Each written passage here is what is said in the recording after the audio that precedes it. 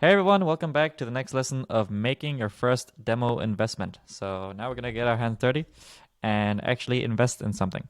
So I'll show you how to make two main demo investments and even a third one if we can, where basically I'll be showing you how to buy an index fund like the S&P 500 and how to buy a stock like Microsoft, just so you know how to do it. It's not something that we mainly promote, doing individual stock picking, as for many reasons explained in the past. We promote index funds or ETFs, something that you can rely on in the long term. Stock picking is very difficult in terms of actually trying to beat the market. Of course, you can see gains, you can have great trades, you can have big losses as well. Overall, though, in general, most people don't really beat the market or indices.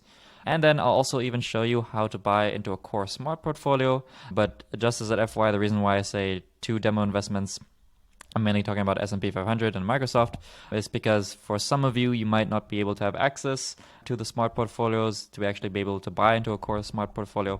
So you may see it in your dashboard, but in some markets, it might not be available for you to actually buy. So the option might be grayed out. So anyways, let's just get right into it.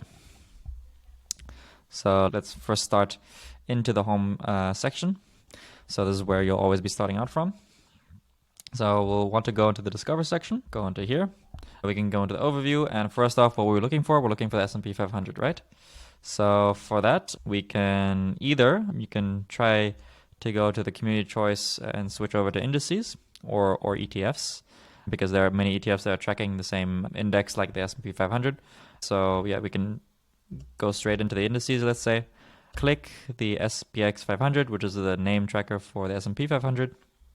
And we can always click trade. Trade will basically allow us to then either buy or short, and we can buy whatever amount that we would like. We, of course, always want to set the leverage to 1 times.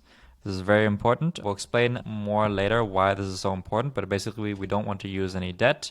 We don't want to be automatically reduced to 0 if our position goes below a certain amount.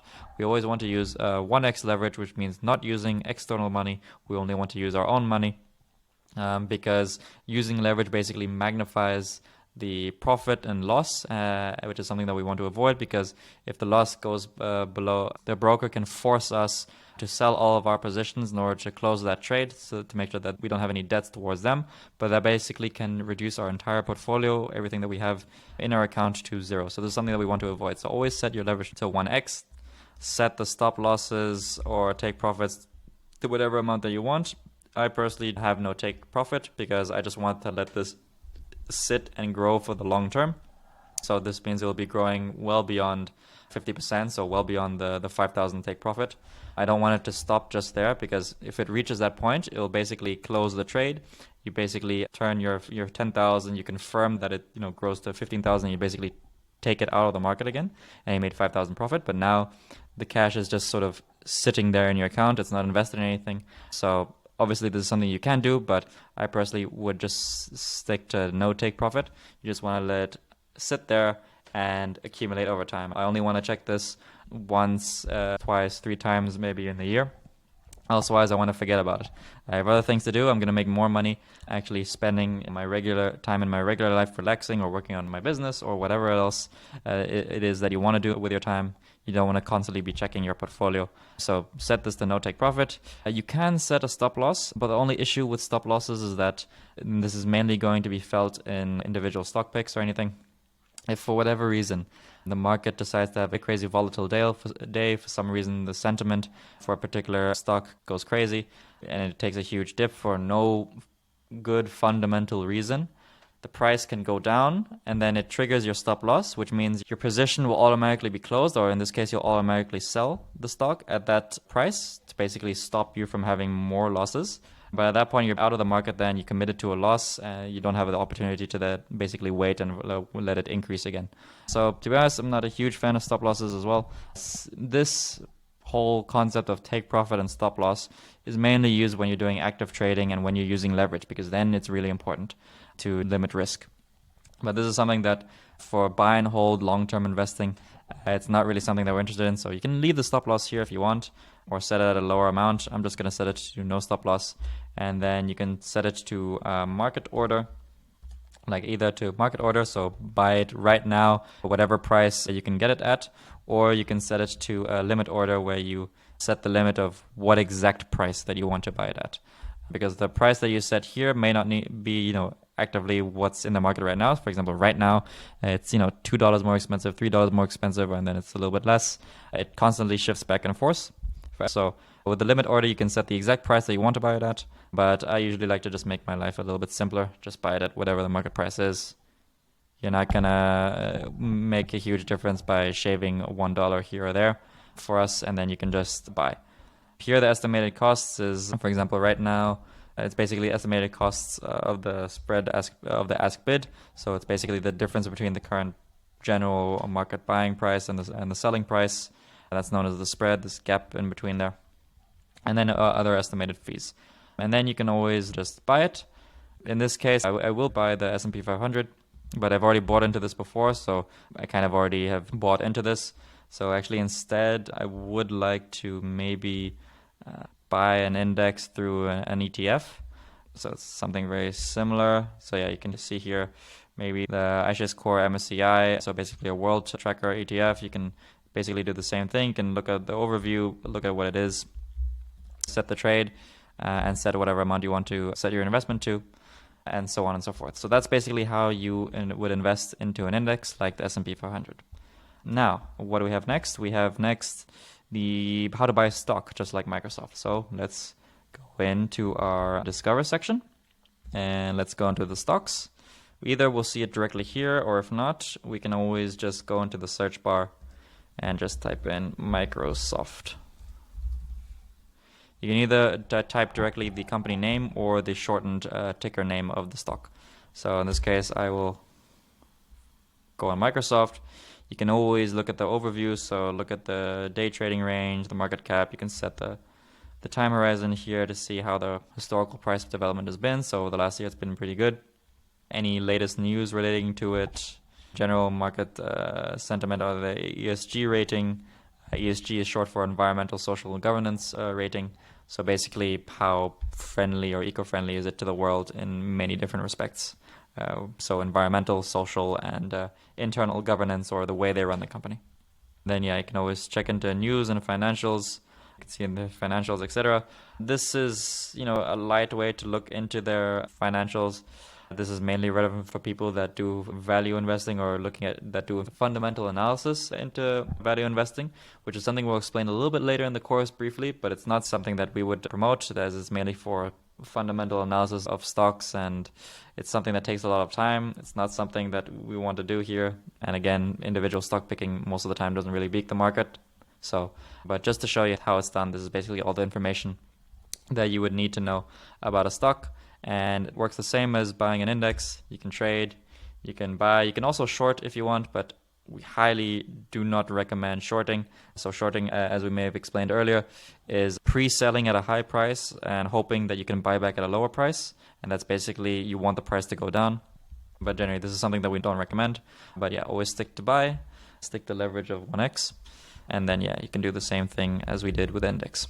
So in this case, I'll actually go ahead and maybe buy something. I'll just put the no take profit, and we can set this to just 1,000.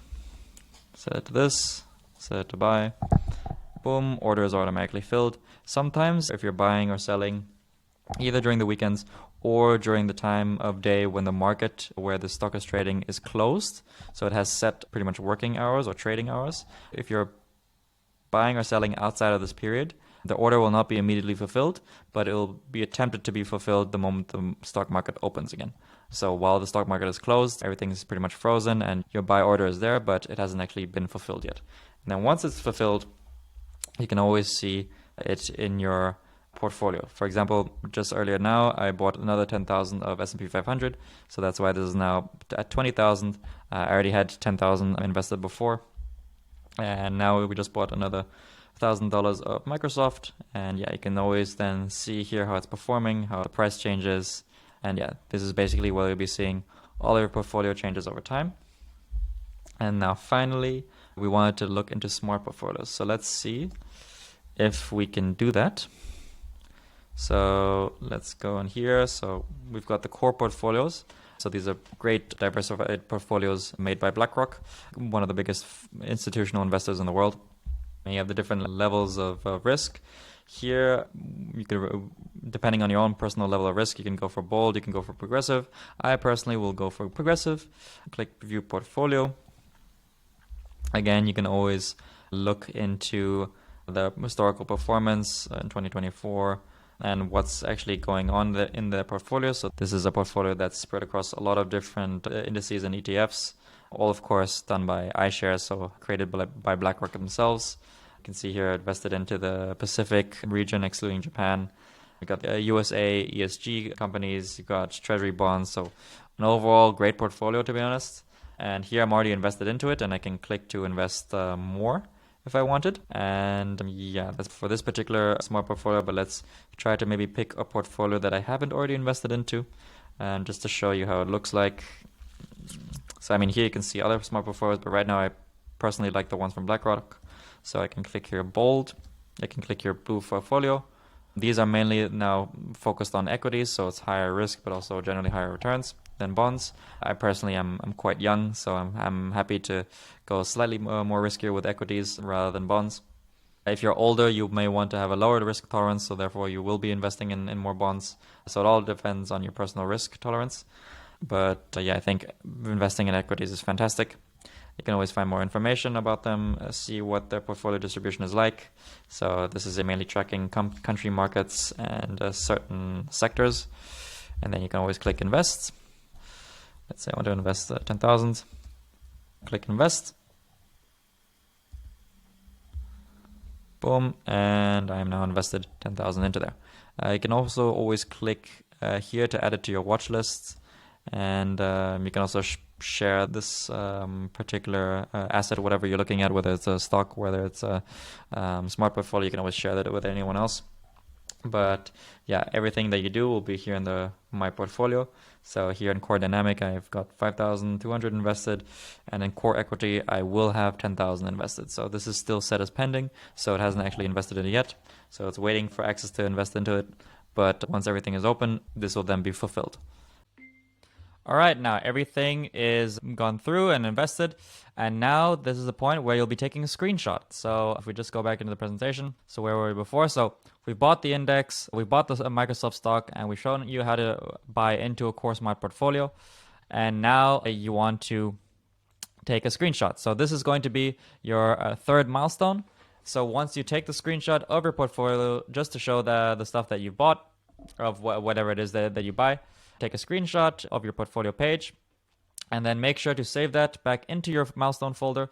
So it should be in this folder. So it's not in here yet. So what we're going to do, I'm going to just go into my screenshots, find the most recent one that I did, take it, drag it into the milestones folder, and now it should be in there.